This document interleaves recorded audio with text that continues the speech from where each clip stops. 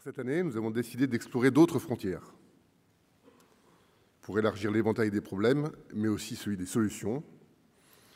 La personne que je vais appeler sur scène dans quelques instants est un spécialiste de l'Anthropocène, nom de l'ère inédite dans laquelle nous sommes entrés. Il va nous expliquer comment l'action humaine, muée en puissance géologique, vous avez pu en avoir quelques aperçus avec Heidi, crée les conditions d'un changement de biosphère brusque, irréversible et insoutenable.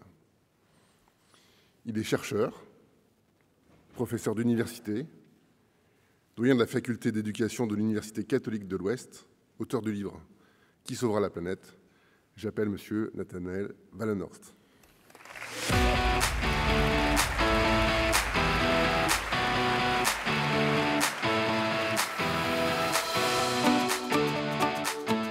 Bonjour. Alors, je suis vraiment heureux de pouvoir être avec vous aujourd'hui, de pouvoir vous partager mes préoccupations et de rentrer un petit peu plus léger, déchargé, voilà, ce soir à la maison à Angers. Il s'est passé quelque chose il y a 5-6 ans, 6 ans à peu près, qui a marqué un avant et un après. Et il me semble qu'une journée comme aujourd'hui, elle est dans le prolongement de cet avant-après.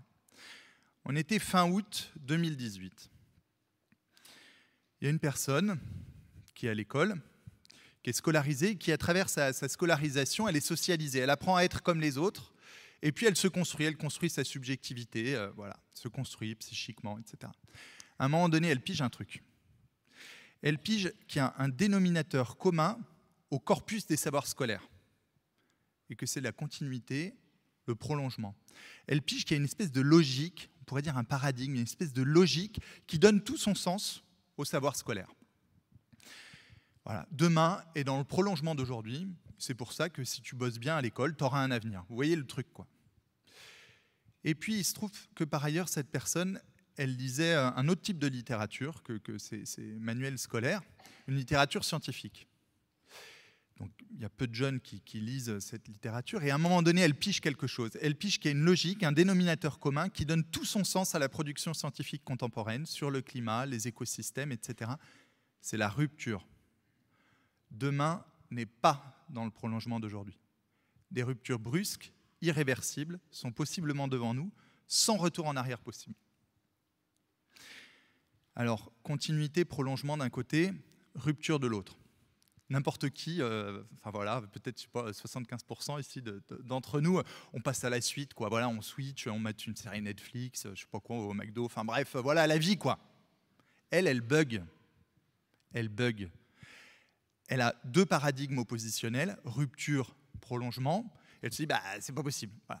Alors, elle aurait pu faire la grève de la science et arrêter de lire des articles scientifiques. Il se trouve qu'elle fait la grève de l'école. Bon, vous la reconnaissez, hein, voilà. C'est Greta Thunberg. Elle avait 15 ans et demi, elle avait une bouille comme ça avec deux couettes. Moi, elle me fait penser à ma fille quand elle avait 11 ans. Enfin, voilà, vous voyez la tête juvénile de cette personne. Et alors, elle prend un bout de carton qui traîne et elle écrit « Je fais la grève de l'école ». Et elle va mettre ce bout de carton sur les marches du Parlement suédois.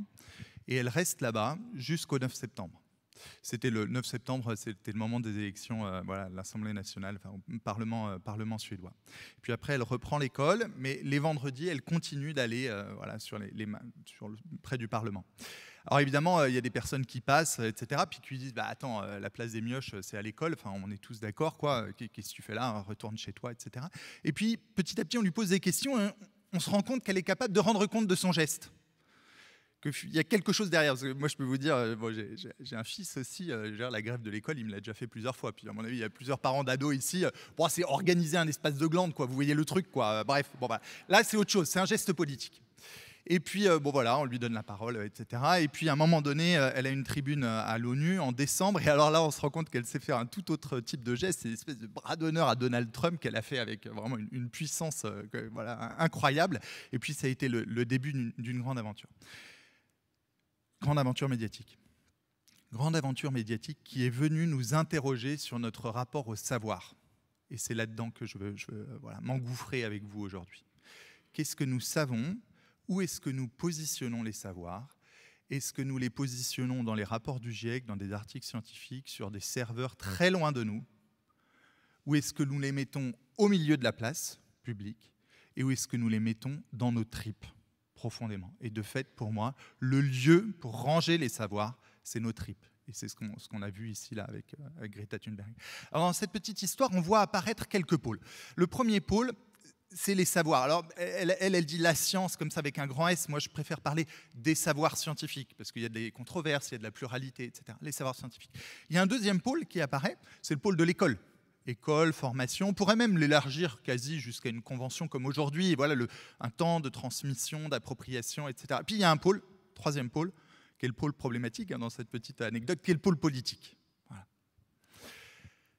Alors, aujourd'hui, et donc du coup, ces trois pôles, savoir scientifique, éducation, formation, politique, c'est les trois pôles qui vont me servir, moi, pour problématiser, pour rentrer avec vous dans ces questions complexes, etc. Ils vont servir de point de repère dans cette navigation. Dans une première partie, je vais vous dire ce que nous savons. Ce que nous savons. Alors sur ce point, désolé, c'est un peu cash, il n'y a pas de débat. Sur ce point, vous n'aurez pas droit à la parole. On n'aime pas, honnêtement, en période de vote et tout, dire attends, tu n'as pas droit à la parole. Bon, c'est un poil cash, mais enfin, s'il y a des glaciologues, des climatologues, des géologues, etc., vous avez droit à la parole. Si vous publiez dans Nature et Science, il n'y a pas de problème. Mais sinon, si vous voulez avoir droit à la parole là-dessus, de fait, il faut faire une thèse de climato, de géologie, etc. Et puis après, vous aurez droit à la parole. Alors, je vais vous dire ce que nous savons dans cette première partie. Puis après, il y a une deuxième partie, honnêtement, où je vais vous dire ce que je pense. Alors, ce que je pense, honnêtement, on s'en fiche, rien à carrer, mais enfin, je suis venu d'Angers, donc du coup, avant de rentrer chez moi, je vais vous dire ce que je pense. Si je vais vous dire ce que je pense, c'est simplement pour appeler en face la pensée de chacun. Que chacun se dise, ouais, tiens, moi, je pense quoi? Alors là, il y a débat, bien sûr. Là, il y a débat. Là, il y a un espace citoyen, politique, sociétal, où chacun a droit à la parole. Mais vous voyez bien que ça n'a rien à voir, les savoirs avec la pensée. Les savoirs d'une communauté sur lesquels il y a tout un tas de controverses. Je vais vous en dire un mot, bien sûr, mais ce n'est pas le lieu des débats citoyens. Et puis, il y a un troisième élément, alors ça ne va pas constituer une partie en tant que telle, mais je le pose parce que c'est un élément qui est absolument essentiel dans notre vie à chacun, c'est ce qu'on croit, ce que je crois. L'espoir, l'espérance, l'utopie, tout ce qui va nous permettre de nous mettre en mouvement, de nous mobiliser, etc. Et je pense que c'est quelque chose qui est vraiment essentiel dans une journée comme celle-là. Je le mets là. Et là, les savoirs. Pour dire savoir et croire, c'est deux choses très différentes. C'est du b.a.-ba, mais en fait, on en est là aujourd'hui. Voilà. On en est là, j'entends, d'un point de vue sociétal, civilisationnel. Il y a tellement de confusion entre croire et savoir qu'il s'agit de bien différencier les deux. Voilà. On a besoin de croyances, mais c'est distinct des savoirs. J'ai un petit PowerPoint, je pense qu'il doit être prêt en régie. Si vous pouviez le lancer, ce serait super. Et il est là. Alors, pas de panique, il est un peu moins sensible, on va dire, que ce qu'on a vu avec les belles images des glaciers, etc., présentées par Heidi. Alors, le PowerPoint, il n'est pas là pour vous, il est là pour moi. Parce que, en fait, donc, pas de panique si vous ne pouvez pas lire les petites lignes, etc., c'est pas là pour ça. Il est simplement là parce que de temps en temps, dans ce que je vais vous dire, il y a des trucs qui sont incroyables. Alors, je vous en prie, ne me croyez pas si ce que je vous dis est incroyable. Vous allez voir, en fait, vous prenez un smartphone, vous tapez Nature, hop, l'année, et puis le nom du premier auteur, et vous allez regarder l'article en question. Voilà, c'est très simple, on y accède comme ça sur Internet. Donc, ce que nous savons, un espèce d'état des lieux du savoir sur le système Terre. Je pourrais remonter jusqu'à Mathusalem, ou au moins jusqu'à 1850, où on a commencé à avoir des chercheurs qui avaient l'intuition que ce qui était en train de se passer pendant la révolution industrielle, ce n'était pas simplement une marque sur la Terre, ce n'était pas simplement une empreinte, mais que c'était quelque chose qui dézinguait de façon systémique le système Terre. Je remonte juste, 15 ans en arrière. Alors, il y a 15 ans, on a un type, Rockström, avec quelques chercheurs, il publie un papier dans la Nature, on a tous entendu parler, où il positionne donc un espace d'action sécurisé pour l'humanité et où il positionne une expression dont on a tous entendu parler, qui est celle des limites planétaires. Alors, un mot sur la bande à Rockström. C'est des chercheurs assez brillants qui produisent des savoirs, mais pas uniquement pour leur communauté. Ils produisent des savoirs pour toutes les communautés scientifiques. Et en même temps, ils produisent des récits. Ça veut dire que c'est des chercheurs qui font de la com. Ça, honnêtement, c'est très, très rare. En général, les chercheurs, on est des quiches en com. Le meilleur élément pour comprendre combien on est des quiches en com, c'est l'indicateur de pilotage des transformations climatiques. C'est ce fameux plus 1,1, 1,2, il ne faudrait surtout pas arriver à plus 1,5, etc. Honnêtement, on se dit, bah, si là, il faisait plus 1,5, moi, je serais venu en Tongue ou en Marcel. Honnêtement, ça l'aurait fait. Enfin, je veux dire, voilà, on n'arrive pas complètement à mesurer la transformation des sociétés avec ce plus. Par contre, les chercheurs, de fait, eux, ils voient quelque chose. Mais ils le communiquent honnêtement pas très bien. C'est un indicateur qui n'est pas forcément parlant. On le confond avec une température. Ce n'est pas une température, hein, c'est une moyenne des températures prises à 1,5 mètre au-dessus du sol et des océans, voilà, qui est lissée sur 30 ans. Et puis, hop, c'est la différence avec la moyenne des températures pré-industrielles. Bref, peu importe. Alors, j'en reviens à la bande. Régulièrement, j'aurai des petites parenthèses là, comme ça. J'en reviens à la bande à Rugstrom. Donc, ils ont une intention, c'est d'essayer de transmettre quelque chose du système Terre pour qu'on comprenne et aussi qu'on ressente le fonctionnement du système Terre. Donc, en fait, il dit, c'est la résultante de 9 processus écologiques qui sont interreliés les uns avec les autres. Si on simplifie la complexité du système Terre, ça donne ça. Les 9 processus écologiques, c'est le climat, la biodiversité, le cycle de l'eau, c'est des flux biogéochimiques, on pourrait se dire, tiens, qu'est-ce que c'est que ce truc? C'est des éléments indispensables pour la vie, voilà, pour le développement de la vie. C'est l'empreinte qu'on laisse sur les sols, l'anthropisation des terres, voilà, c'est les pollutions plastiques, c'est l'ozone stratosphérique, etc. Voilà, il y en a 9 comme ça. Et puis, ce qu'ils savent, c'est que si on les force trop, ça peut lâcher.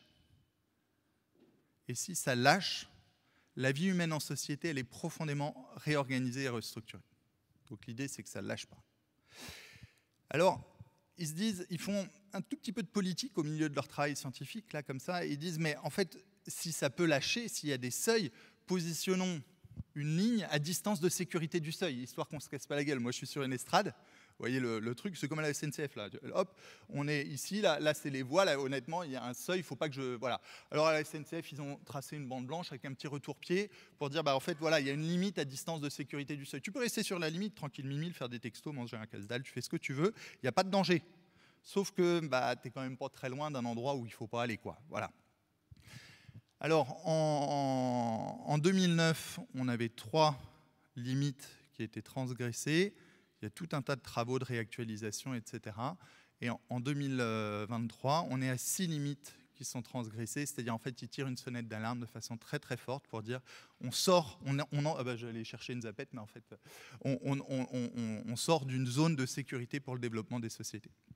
Je veux bien, si c'est possible, passer à la dia suivante.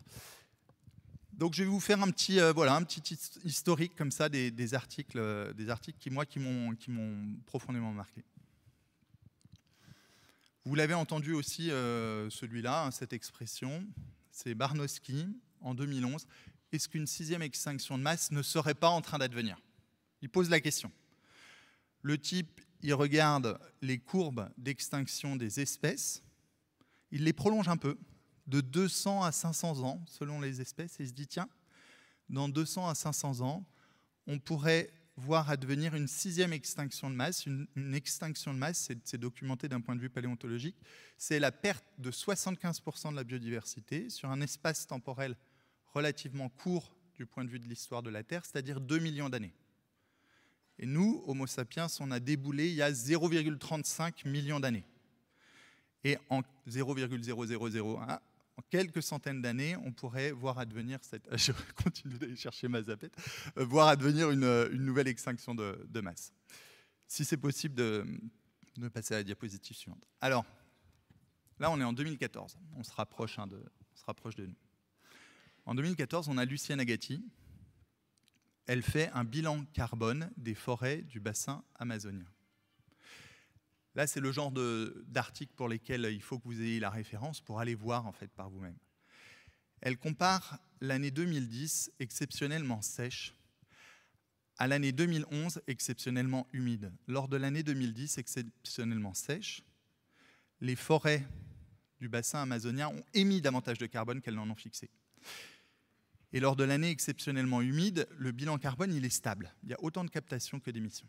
Alors là, il faut juste s'arrêter 30 secondes parce qu'on a tous entendu déjà cette expression « l'Amazonie, le poumon de la planète ». Bon, c'est plutôt un paquet de clopes, hein, honnêtement. Voilà.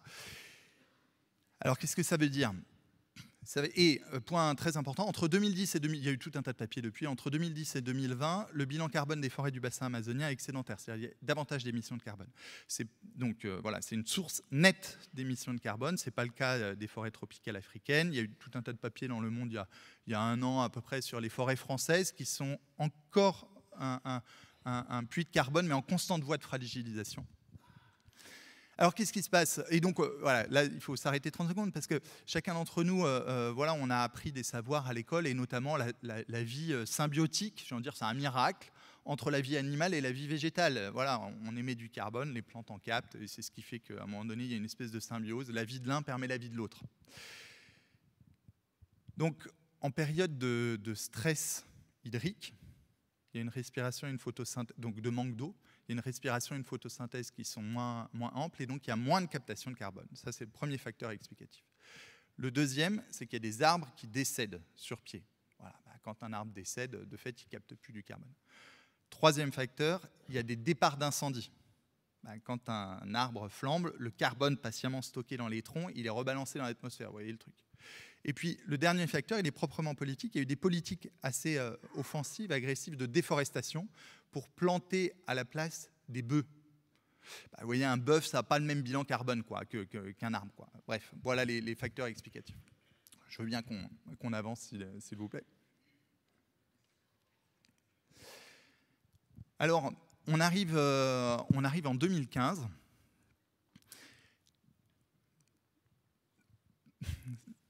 Cet élément, moi, il me permet de soulever quelque chose. Peut-être certains d'entre vous vous dites, bah ouais, ok, la situation elle est un petit peu chaud tendue, mais les humains sont des génies, on va s'adapter.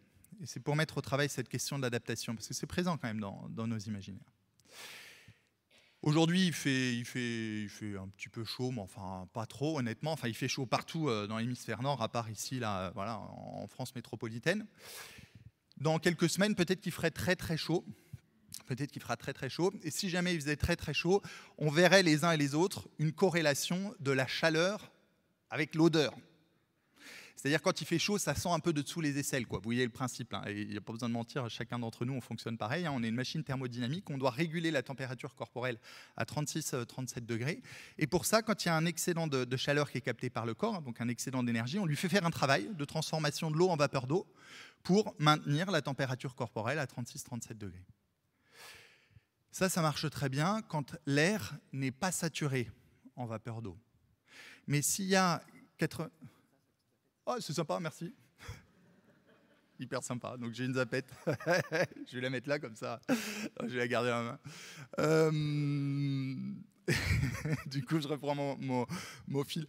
Donc cette affaire de régulation de la température corporelle, ça marche si l'air n'est pas saturé en vapeur d'eau.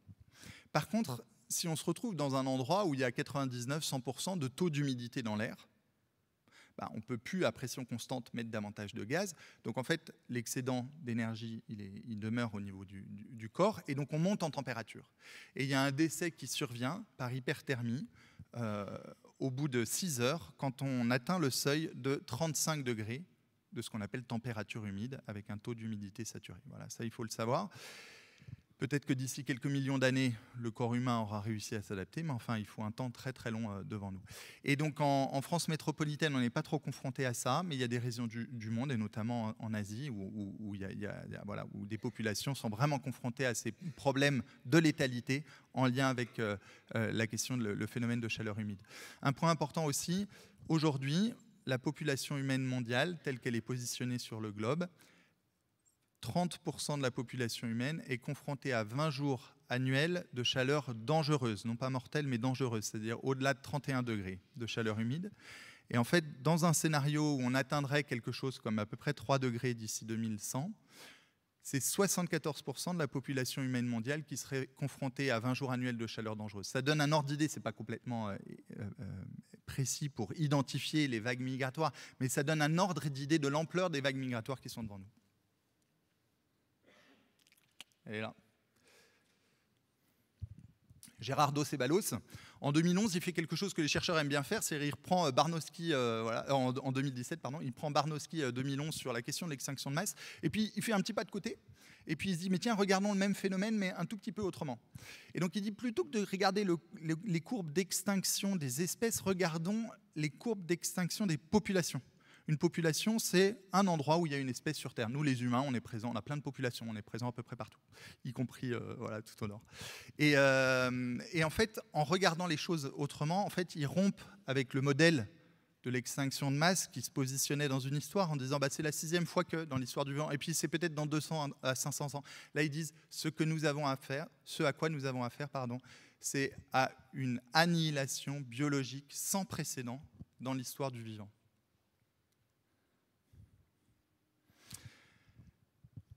Et c'est chaud, hein, c'est glauque. Hein. En fait, je vous conduis un peu aux confins du glauque. Et puis à partir de là, on va se dire, bon alors, comment est-ce qu'on peut avancer ?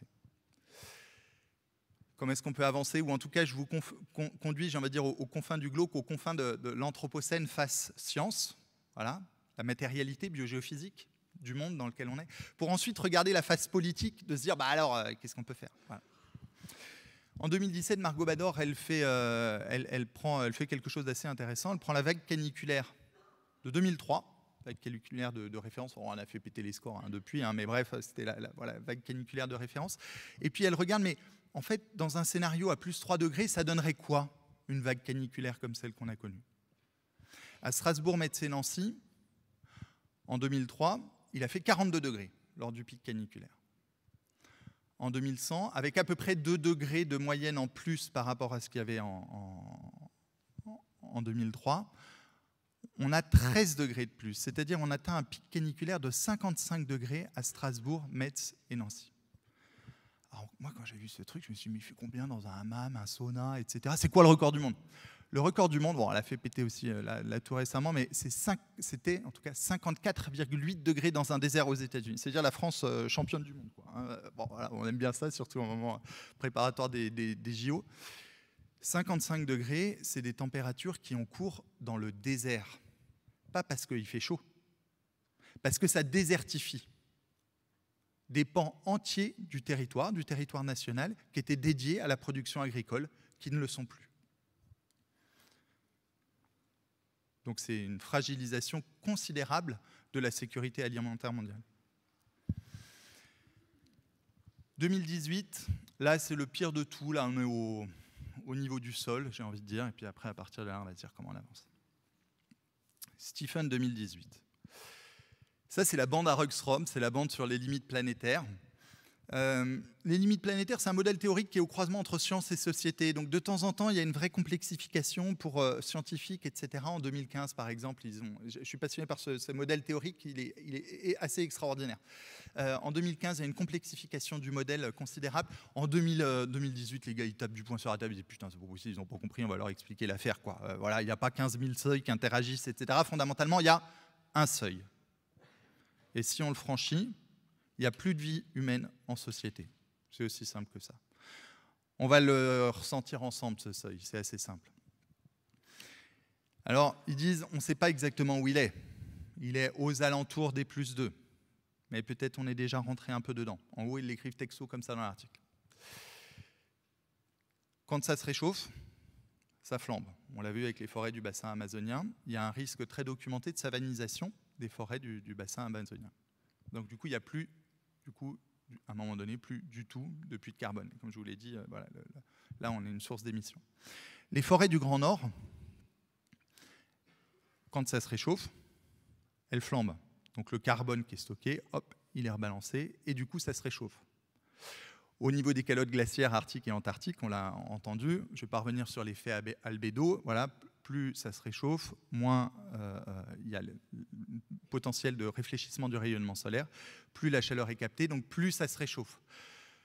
À certains moments, on est très très haut, et donc plus ça se réchauffe, plus ça fond, moins on est haut, plus ça intensifie la vitesse de fonte, plus on émet, parce que c'est des surfaces de glace, je ne vais pas revenir là-dessus, qui émettent du CO2, entre autres du CO2 qui participe au réchauffement climatique. Il y a les sols gelés en permanence, alaskais, sibériens, groenlandais, etc., qui dégèlent, qui émettent là aussi les gaz à effet de serre contenus dans les sols. Il y a une activité microbienne qui reprend avec une respiration, et donc du coup, c'est des sols qui émettent du CO2.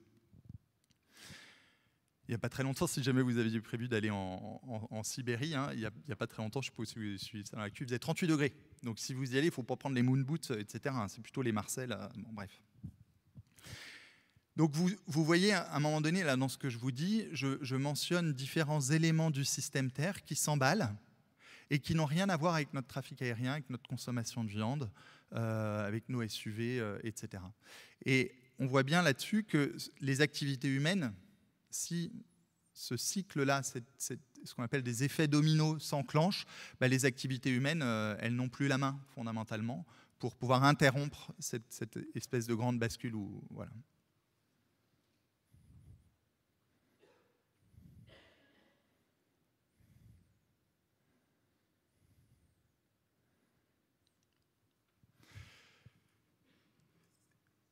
Moi, pendant des années, pendant 10 ans, ça a été ma vie, ces articles scientifiques. Ce que j'ai voulu vous partager là, c'est un voyage. Alors un voyage qui s'est passé depuis chez moi, en fait, voilà, en téléchargeant des articles sur Internet. Un voyage qui a changé ma vie, de mon côté. De lire, à un moment donné, je me souviens très bien d'une année très, très dense, où je m'étais dit, tous les jours, je vais lire 3 articles scientifiques. Et donc je les avais imprimés, je les griffonnais, etc. Et tous les soirs, et j'étais vraiment entré en mode autistique et monomaniaque, voilà, lire 3 articles tous les jours, etc. Et donc à la fin de l'année, j'avais une pile de 1000 articles griffonnés, annotés dans tous les sens, etc. sur ma table de travail, quoi. Et puis ça s'est prolongé avec de nombreux autres moments, etc. Moi, cette année de lecture, elle a généré chez moi une déflagration existentielle. C'est aussi simple que ça. Le monde que je foulais de mes pieds, tout d'un coup, j'ai mesuré qu'en fait, il était en train de foutre le camp. À un moment donné, je me suis passionné pour un truc, pour le débat stratigraphique sur la datation de l'entrée dans l'Anthropocène. Chacun son trip. Je suis sûr que vous aussi, vous avez des trips chelous. Moi, c'était ça. Et donc, du coup, voilà, j'étais passionné par, à un moment donné, ce qui se passe au niveau du sol, voilà, etc., la façon dont les sols parlent de nous. Et de fait, dans le débat sur la datation de l'entrée dans cette nouvelle époque géologique, il y a tout un tas de datations possibles. Chacune d'elles véhicule quelque chose, dit quelque chose de l'aventure humaine. Les sols gardent la mémoire de l'aventure humaine et de la face vraiment glauque. Et cette face glauque de l'aventure humaine, elle s'appelle domination, préemption, marchandisation, machisme, creusement des inégalités entre les vieux et les jeunes, entre le nord et le sud, entre aujourd'hui et demain, etc., etc. Et ça, c'est des géologues, des ours, entre guillemets, c'est pas des ours polaires, mais bon voilà, c'est des géologues qui le disent. C'est pas des chercheurs en sciences sociales qui sont spécialisés sur la dénonciation des inégalités et des injustices. Moi, ça m'a fait vivre de la tristesse, beaucoup de tristesse. Ça m'a fait vivre de l'inquiétude. J'ai des enfants, je me dis, mais en fait, qu'est-ce qui est devant nous, quoi ? Du dégoût, de me dire, putain, mais en fait, c'est ça l'humanité, quoi. On n'a pas réussi à faire mieux. Et de la colère, beaucoup de colère, de me dire, mais c'est pas possible qu'on soit entré dans une nouvelle époque géologique sans qu'à aucun moment ça ait fait l'objet d'un choix décidé, d'un choix concerté, de se dire, oui, on détruit les conditions d'existence. Voilà, on fait exploser la vie humaine en société. Alors, donc là, j'ai fini, je suis à la fin du PowerPoint, je ne peux pas le couper. Si vous pouvez le retirer. Oui, et donc du coup, voilà, je vous ai mis quelques-uns de mes bouquins, je suis entré en mode monomaniaque, avoir du temps libre, tout faire pour avoir du temps libre, pour essayer de lire et d'écrire pour comprendre en fait ce qui se passait. Donc là, je vous ai parlé de mon petit cœur, hein. J'ai quitté le registre de ce que nous savons, hein. J'ai fait une petite transition pour vous dire, à partir de là, voilà, qu'est-ce que je pense. Alors, je vais vous dire juste 4 points sur ce que je pense, qui à nouveau ne sont là que pour venir susciter le débat, l'échange, etc. Première chose, je pense que nous devons mettre les savoirs scientifiques au cœur de nos organisations. de chacune des organisations dont vous êtes responsable. Les savoirs scientifiques doivent être positionnés. On doit savoir où ils sont. Un jour, j'ai rencontré un type, un gars, un vrai, Andros, le mâle, le viril, celui qu'on a une bonne paire. Vous voyez le truc, vous en avez tous croisé dans votre vie. Et en fait, le mec, il bossait dans un fonds qui levait 37 milliards de dollars. Pour moi, c'est des chiffres de malade. Peut-être pour certains d'entre vous, c'est des chiffres du quotidien. En tout cas, pour moi, c'est un espèce de truc. Voilà. Il levait 37 milliards de dollars. Il avait compris que devant, il y avait quelque chose d'un peu chaud. Bon, le mec, ça ne l'avait pas traumatisé. Hein. Mais que devant, il y avait un truc où tout se cassait la gueule. Et donc, lui, il disait, moi, mon objectif, c'est de tout faire pour retarder le moment où tout s'écroule. Et c'est aux sociétés d'organiser le virage, etc. Donc, il bossait dans un fonds vert, machin, etc. Alors, moi, ça m'a assez profondément marqué, ce truc. Parce que, par rapport aux affaires qui nous concernent, régler 10% ou 20% du problème, c'est égal à rien régler du problème. Régler 40% du problème, c'est égal à rien régler du problème. En fait, ce type, il n'avait pas pris le temps de demeurer suffisamment longtemps en présence des savoirs pour que les savoirs y fassent en lui une espèce d'œuvre de déflagration.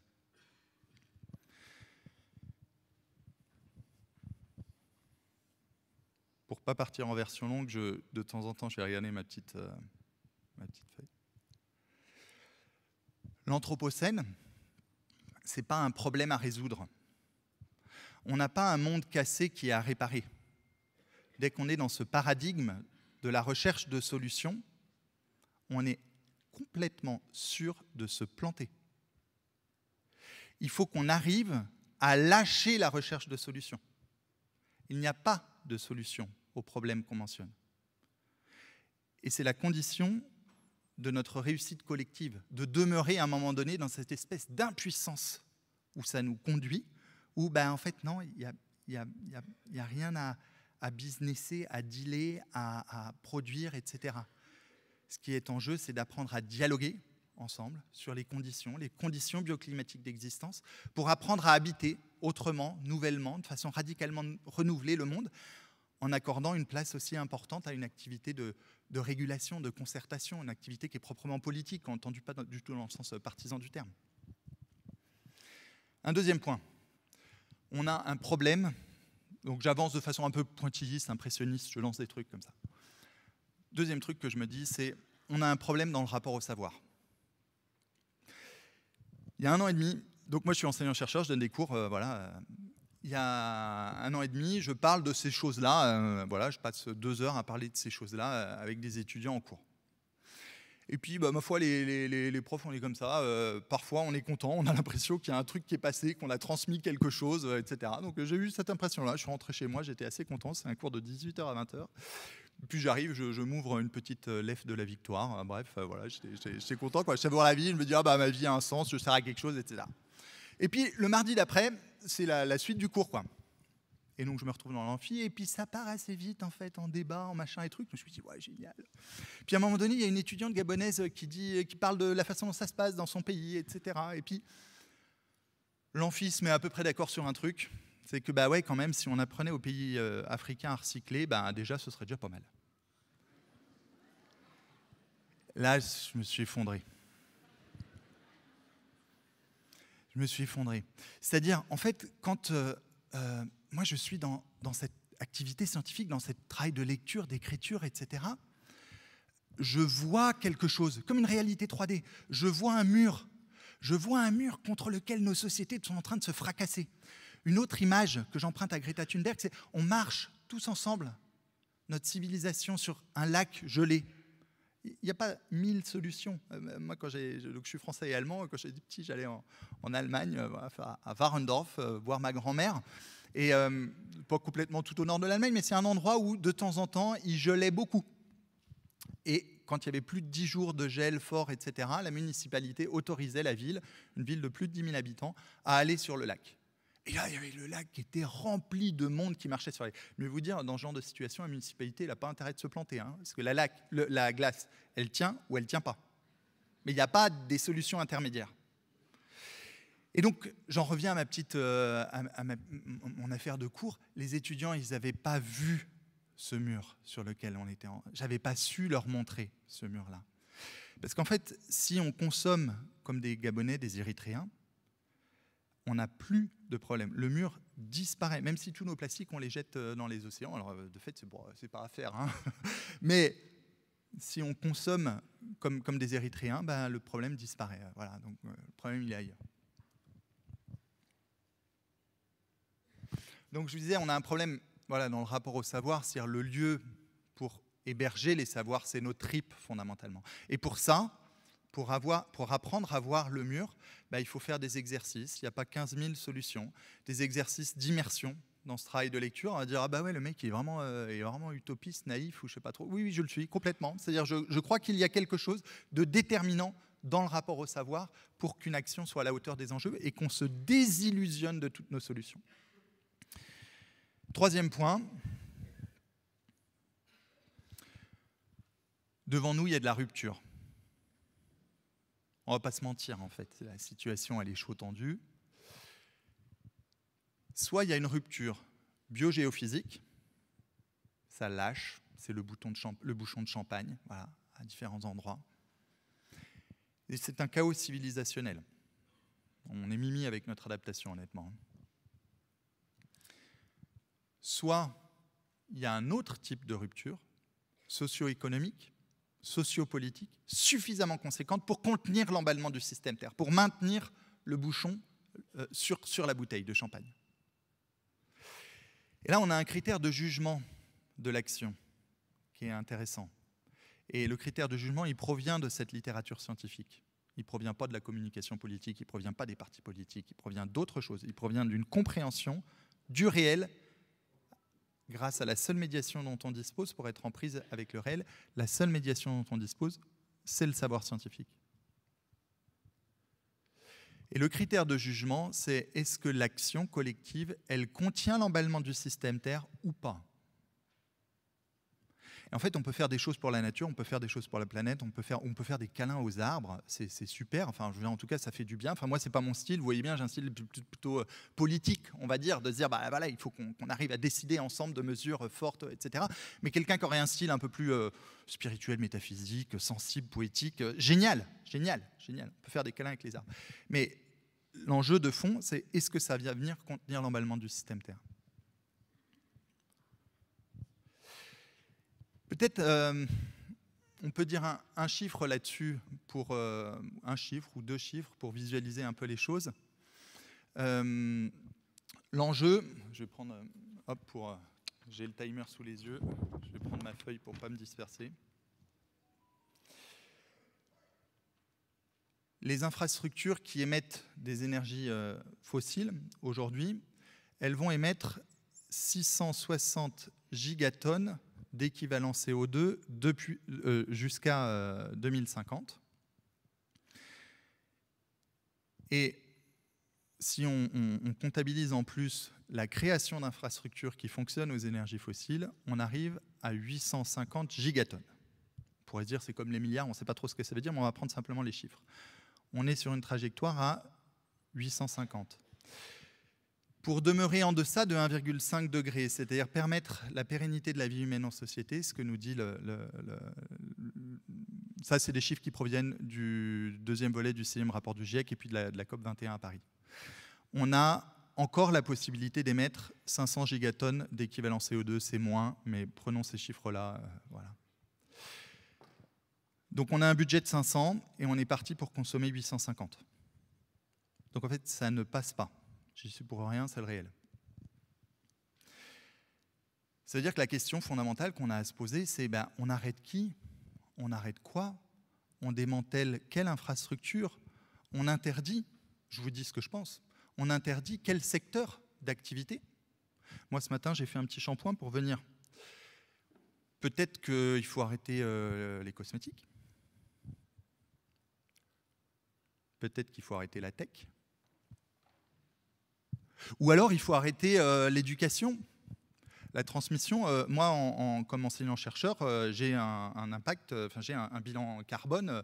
La production de savoir a une empreinte environnementale.